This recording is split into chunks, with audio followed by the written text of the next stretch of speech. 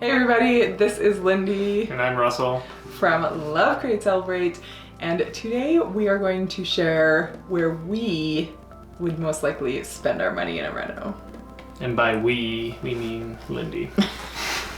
It's not wrong.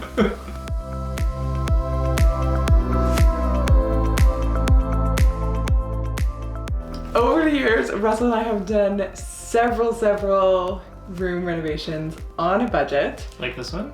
And this one. And this one? And this one. And this one? And probably that one. Yeah, just those. And we've become really good at knowing where we want to splurge when it comes to our budget and where we want to save money. So today we're going to share the 5 main areas that we splurge when it comes to redecorating, redesigning, or renovating a space. For the areas that we feel has the best return or impact for our money. Yeah. Or that we can't easily DIY ourselves in a cheaper way. Yeah. So the number one thing that we splurge on is good upholstered furniture. So there are some things that I will upholster myself, like a simple bench or the panel walls we did in the kids' play space. But when it comes to like sofas and big chairs, I personally don't have the skills to upholster a big piece of furniture. And even if I did, I don't know if I could do it as well or as efficiently as most manufacturers. And I think we've only really had a couple cheaper pieces of upholstered furniture, but they definitely show wear faster, and then you have kids and cats and dogs and you just amplify that tenfold. Yeah. Where we had a couch that we bought when we got this house, and we bought a nicer, higher end couch, and it still looks really good to this day. Yeah. Whereas the couch we bought in our old house was cheaper, less expensive, not upholstered as nicely, and definitely did not stand up as nicely. So you get what you pay for. Paying for good quality furniture is one area I will splurge. Yeah, and then you buy a couch, and then you're good for like 20 or 30 years, which I really like. Ignore him. Good for 5, and then styles change. Another area that we like to spend money on is flooring. So whether you're splurging for that heated tile floor or you're upgrading to like engineered hardwood, these are definitely, they're very permanent fixes or redos on a house, and you don't want to cheap out. We tried some flooring in the past and it was definitely a cheaper alternative, but it showed scratches. Yeah, we've done the whole spectrum of flooring, I would say, from like really cheaper affordable stuff to higher end stuff, not including hardwood yet. That's on the list. Yeah, the only thing we haven't done ourselves is hardwood or had in our home, but I think when you can, splurging on heated tile flooring will never be a bad decision.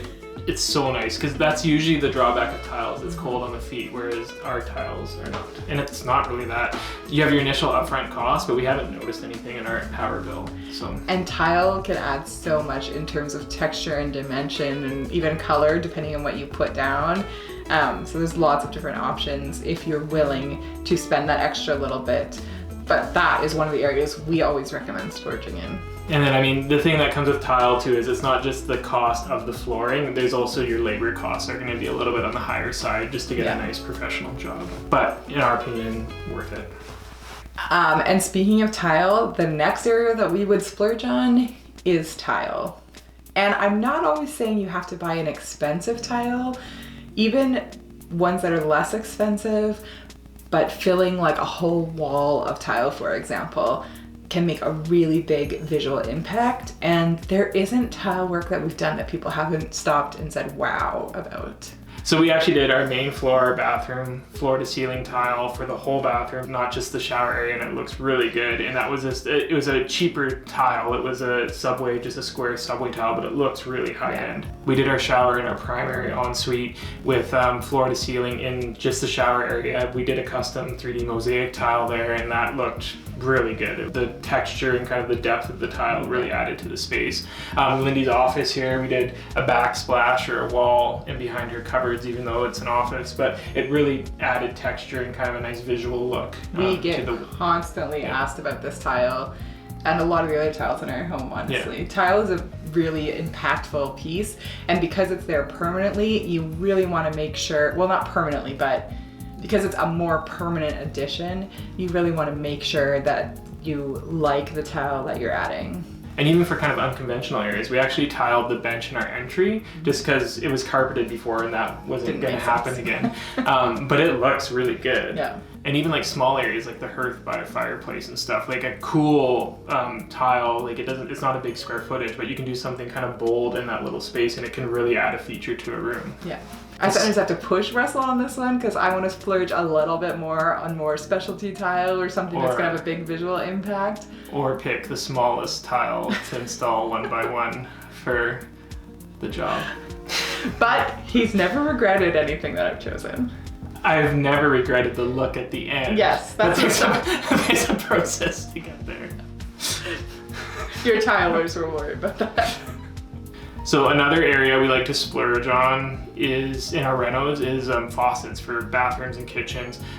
These are generally high use items, and if you cheap out, you're gonna regret it because the cheaper fixtures, generally the coatings don't hold up the same. So if they're like a high touch point, the coating will fail. Whereas the higher end fixtures, they generally don't fail, and some of them even have warranties to the cheaper ones, the mechanics of them fail more often too. And like we're on well water, so that really tests our fixtures. And we've gone with a cheaper option and we haven't been as happier. And even just from like a design aesthetics point of view, you're gonna get a lot more impact from a faucet you pay a bit more from than your standard hardware store faucets. And some of you might not know, but actually the higher end faucets, they actually come with lifetime warranty on the internals. So if you have a cartridge that starts leaking, you can just take that, you can email them, and if you know the model, they'll send it to you for free, no shipping costs or anything. So there's definitely benefits to splurging on the higher end stuff. Yeah. Function and aesthetics. Yeah, win-win. Win-win. Another thing that we usually splurge on when it comes to redesigning or renovating a space is the lighting. I mean, nothing says bougie like a good boob light, right? Am I right? The opposite. I will remove boob lights within the first 5 days of moving to a home.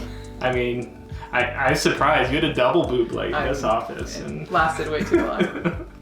That is one of the first things we plan in terms of upgrades is like, what new lighting are we putting in?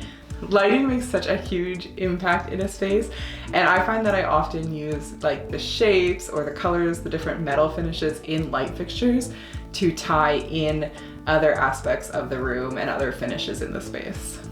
I mean, I think all our spaces have custom lighting.